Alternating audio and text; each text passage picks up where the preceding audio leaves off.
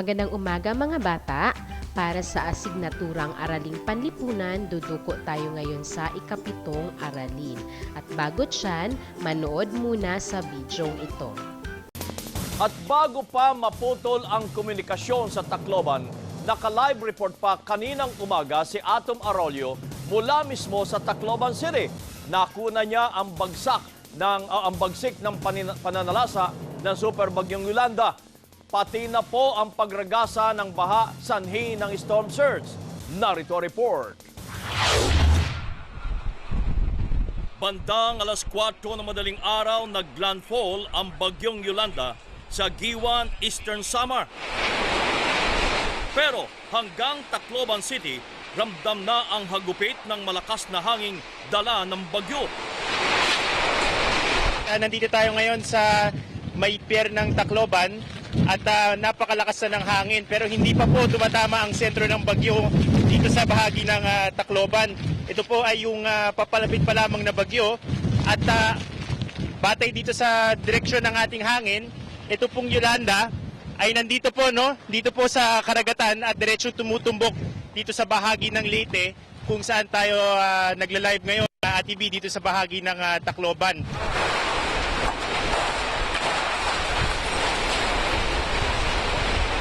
Pasado alas 6 ng umaga, nasa kalye malapit sa downtown Tacloban ang reporter naming si Atom Arroyo at nag-uulat ng live sa umagang kay ganda. At kasalukuyan na ang binabayo ng malakas na hangin itong syudad. Dito lang tayo sa mga gilid ng mga building para makapagkubli ng konti. Pero sa ngayon, kailangan ko lang ilarawan sa inyo yung nararamdaman nating lakas ng hangin dito. Napakalakas at kung mapapansin nyo nga halos wala na tayong makita dahil doon sa kasama niyang ulan na kung ano-anong direksyon na dinadala nitong malakas na hangin. Dito sa going downtown sa magkabilang bahagi ng kalsada, marami ng mga nagkalat na debris at hindi pa tayo sigurado kung ano yung mga lugar na pinaka-napinsala nitong bagyo. Kaya ako nakasuot ng helmet kasi maraming mga lumilipad din ng mga yero. At dahil tumitindi na ang lakas ng hangin at buhos ng ulan, minabuting bumalik na sa loob ng gusaling tinitigilan ng news team si Atom. Makalipas ang halos 30 minuto, nag-report uli si Atom ng live mula na sa loob ng gusali. Dito sa aking likuran, ito yung building na ating sinisilungan. Kung mapapansin nyo, merong mga harang na sliding na gate na bakal, pero sa likod niya merong salamin na nagkanda, basag-basag na. Kung makikita nyo dito sa sahig, nagkalat yung mga basag na salamin.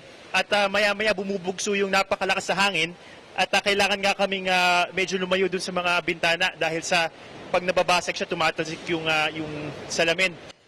Nasa ikalawang palapag ng gusali si Atom nang dumungaw siya sa bintana. Ang kalsadang tinayuan niya 30 minuto lang ang nakalilipas. Ganito na ang itsura. Ito na yung palagay ko, ito na yung storm surge natin dahil sa kung kanina nakatatayo pa ako dito sa lansangan sa labas, ngayon ay hanggang tuhod na yung tubig. Ito po ay malamang galing po sa ating karagatan na nandito lamang sa aming likod. Ito po yung posibleng storm surge na ang taas po ng tubig. Palagay ko ay pambihira itong ganitong nangyayari na tumataas yung tubig dito sa downtown Tacloban. Sa magkabilang bahagi nitong ating kinatatayuan, talagang wala na tayong makita. Siguro mga 10 feet, 20 feet lamang. Pero sa lakas ng hangin at yung dala niyang ulan, napakatindi ng loss of visibility namin. Hindi namin masigurado kung ano ba yung sitwasyon ng ating mga kababayan dito. Ito, sinisilip ko lang sandali, Wala na talaga tao sa mga kalsada.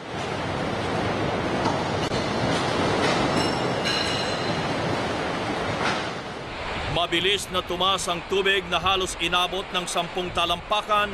Walang kuryente sa Tacloban City, hindi rin gumagana ang telepono. Yung mga tambako ng basura na yon ay sa kalsada na. Unfortunately po ay bumagsak ang komunikasyon, kaya ang aming satellite doon ay hindi makapag-feed ng video. At naanod pa, nabasa yung mga gamit namin doon dahil sa lakas ng hangin at ulan na bumayo sa Tacloban City. Ngayon mga bata, base sa bidyong pinanood, ito ay isa sa mga kalamidad na palagi nating nai-experience dito sa ating bansa. At ang ating leksyon ngayon ay tungkol sa kapaligiran ng ating lalawigan at rehiyon. Ang kapaligiran ng bawat lalawigan ay may epekto sa uri ng pamumuhay ng mga taong naninirahan dito. Iniaayon nila ang kanilang gawain batay sa panahon, lokasyon at pisikal na katangian nito. Iba-iba ang aktibidad kung panahon ng tag-ulan o tag-init. Mahalagang malaman ang pisikal na katangian ng sariling lalawigan at rehiyon sapagkat mayroon ding dulot na panganib ang kapaligiran.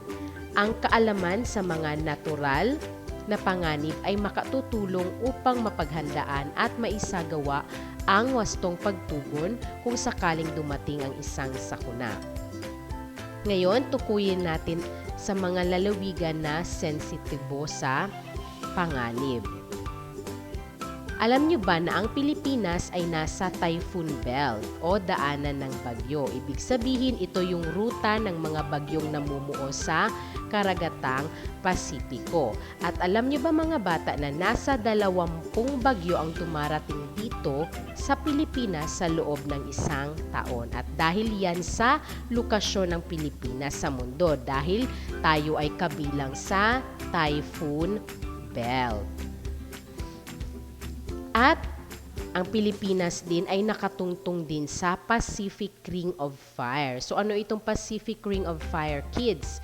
Ito yung bahagi ng karagatang Pasipiko kung saan nakalatag ang mga aktibong bulkan. So ito yung mga lugar sa daigdig na maraming aktibong bulkan at may paggalaw ng tipak ng lupa. So ito yung dahilan kung kaya nakararanas tayo ng mga lindol o pagyanig ng lupa sa iba't ibang lalawigan. Dahil ang Pilipinas ay kabilang din sa Pacific Ring of Fire. Ang Pacific Ring of Fire naman ay tinatawag din na Circum-Pacific Belt. At dahil sa lokasyon at pisikal na katangian, merong mga lalawigan at rehiyon dito sa ating bansa na sensitibo sa panganib. At gumagamit tayo ng hazard map. So ano itong hazard map? Ginagamit natin ito upang ipakita ang mga lalawigan na sensitibo sa mga panganib at maaaring maapektuhan ng isang sakuna. Ito ay isang halimbawa ng hazard map patungkol sa pagguho ng lupa dahil sa lindol. Okay, makikita sa hazard map na ito ang mga lalawigan na may mataas na porsyento ng pagguho ng lupa kapag nagkaroon ng lindol. Ito yung Ifugao, Lanao del Sur at Sarangani. Ito yung tatlong lalawigan na may pinakamalaking posibilidad na magkaroon ng landslide kapag lumindol dahil sa mataas ang antas ng panganib. Ibig sabihin yan yung color red sa map. Ikalawa naman, halimbawa ng hazard map ay ang hazard map tungkol sa bagyo. So makikita naman sa hazard map na ito ang mga lalawigang madalas tamaan ng bagyo. Ang mga lalawigang ito ay nasa hilaga tulad ng Batanes, Cagayan at Ilocos Norte. Alam niyo ba bakit tinatamaan ang Batanes ng bagyo? Kasi ang lalawigan na ito ay nakaharap sa karagatang Pasipiko. At ang mga tahanan na nakatayo dito sa Batanes ay gawa sa bato. Kasi nga parati silang dinadaanan ng bagyo. Isa pang halimbawa ng hazard map ay ang hazard map patungkol naman sa lindol. Kung yung mapapansin, makikita sa hazard map ng lindol ang mga lalawigang madalas makaranas ng paglindol. Ang Surigao del Sur, Benguet at La Union ang may pinaka mataas na posibilidad ng paglindol dahil malapit ang Surigao del Sur sa Philippine Trench. Samantalang ang La Union naman at ang Benguet ay nasa Philippine Fault Zone. At ang hazard map naman patungkol sa pagputok ng bulkan. Makikita naman sa hazard map na ito ang mga lalawigang may bulkan na mataas ang antas ng panganib sa pagputok. Nangunguna sa mga ito ang Camiguin. Bagamat isa lamang sa 7 bulkan nito ang aktibo, maaaring magdulot ng pinsala sa buong lalawigan dahil maliit lamang ang isla. Sumunod na may mataas na antas ng panganib ang Sulu sapagkat ang mga may pinakamaraming aktibo at maaaring maging aktibong bulkan. At isa pang halimbawa ng hazard map ay ang patungkol naman sa tsunami. Makikita sa hazard map na ito ang mga lalawigang malapit sa baybayin na maaaring maapektuhan ng posibleng pagtama ng tsunami. Mataas ang antas ng panganib sa mga lalawigan ng Sulu at ng Tawi-Tawi dahil sa lokasyon ng mga ito na nasa pagitan ng Sulu Trench at Cotabato Trench. Ngayon, gawin natin ang nasa pahina 77 ng inyong aklat. Isulat sapat lang ang tama kung wasto ang pangungusap sa bawat bilang, isulat naman ang mali kung hindi wasto. Una, ang Pilipinas ay matatagpuan sa bahagi ng mundo na tinatawag na Pacific Ring of Fire. Tama o mali? Tama, magaling. Pangalawa, walang gaanong pinsala sa kapaligiran ang pagputok ng bulkan. Tama, mali? Mali.